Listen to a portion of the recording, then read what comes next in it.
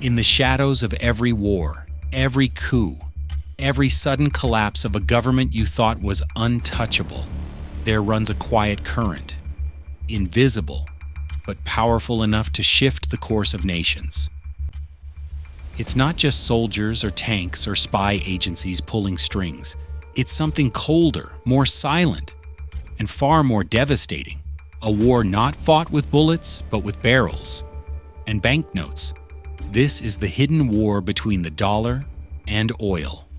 To understand it, we need to go back. Back to the early 1970s. Imagine this. America, the post-World War II superpower, had been printing dollars at a pace the world could barely keep up with.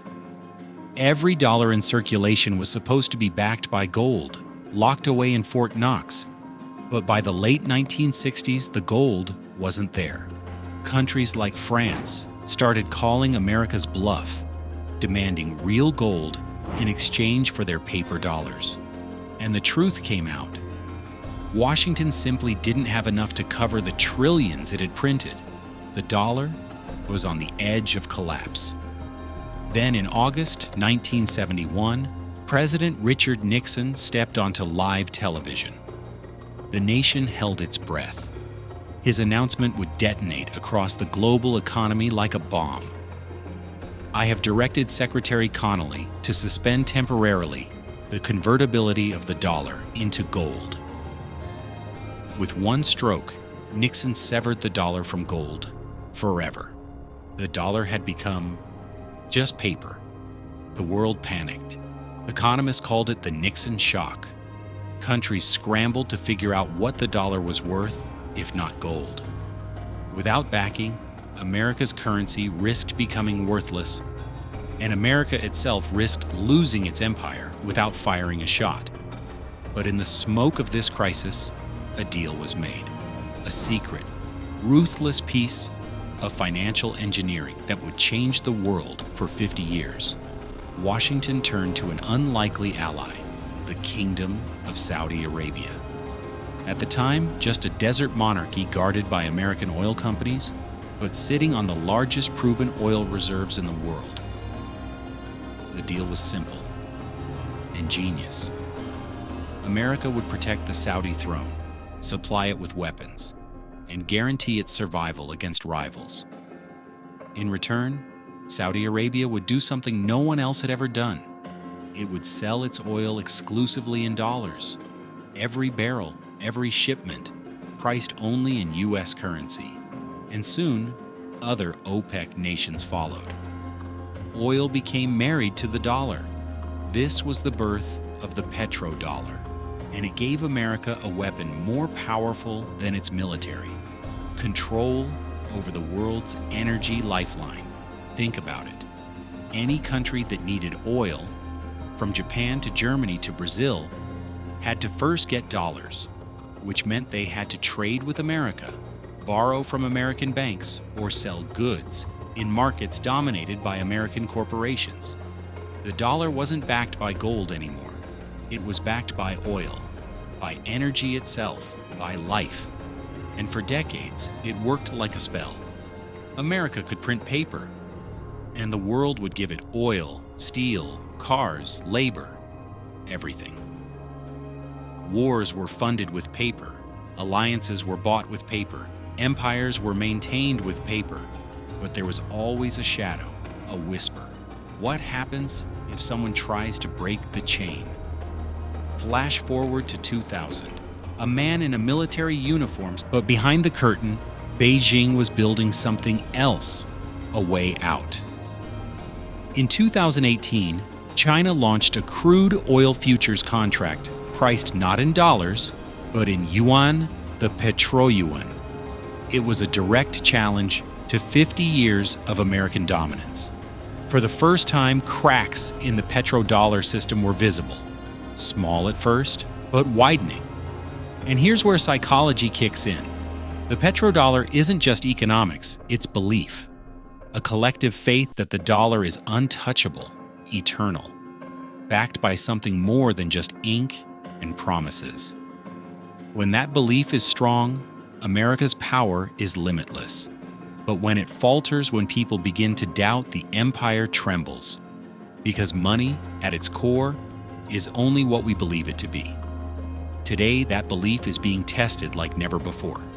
Sanctions, trade wars, digital currencies, collapsing oil demand, all are tearing at the seams of a deal stitched together half a century ago in the Saudi desert. And the question that hangs over us, silent but sharp, is this: what happens when oil and the dollar finally divorce? Because when empires fall, it's rarely with a bang. It's with a transaction, a deal signed in some quiet back room, a shipment rerouted, a currency suddenly refused, a simple shift. That changes everything. And right now, somewhere, that shift is already happening. But the real war is just beginning. 2022. Russia enters Ukraine. The West responds with the largest financial sanctions in history. Banks are frozen, assets seized, dollar transactions cut off. Washington believes Russia will surrender, but the Kremlin has another plan. Moscow announces, whoever wants our gas and oil must now buy in rubles. Europe, which for decades relied on Russian gas, is suddenly forced to pay not in dollars or euros, but in a new currency. This was not just an economic step. It was an open challenge, a direct attack against the petrodollar, and the world watched. A moment came when Germany's factories, Italy's home heaters, and France's power plants all became dependent on the ruble. For the first time, Washington realized that its most powerful weapon, the dollar, was no longer absolute.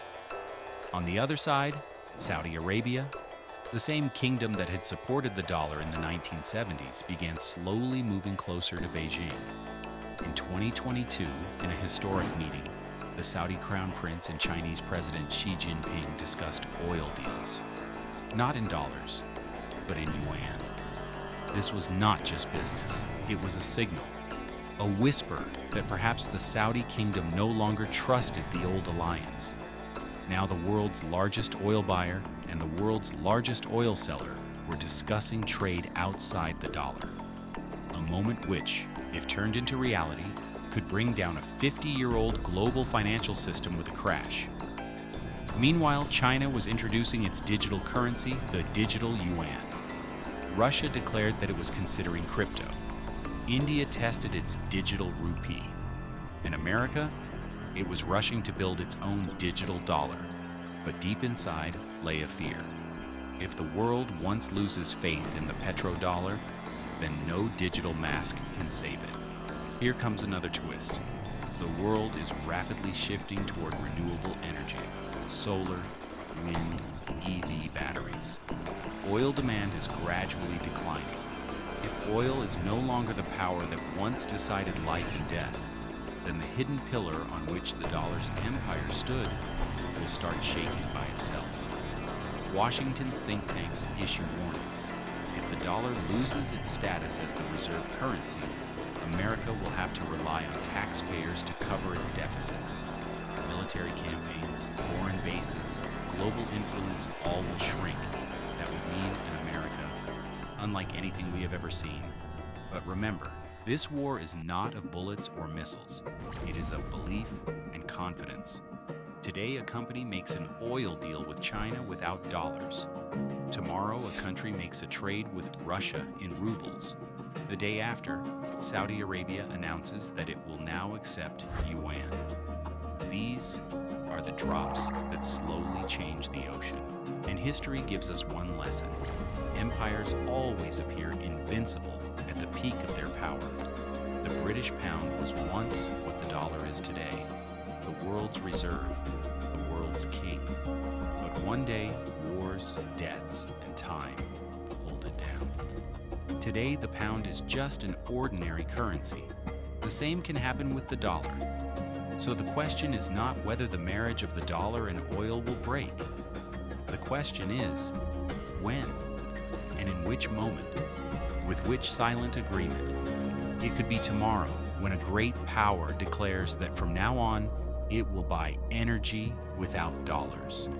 It could be another sanction, another war, another digital revolution that overturns everything. And when it happens, perhaps there will be no noise in the news, perhaps no great explosion. It will be silent. One day you will wake up, and the world will have already changed, because empires always die twice. First, in reality, then in memory. And perhaps the empire of the dollar is now approaching its first death.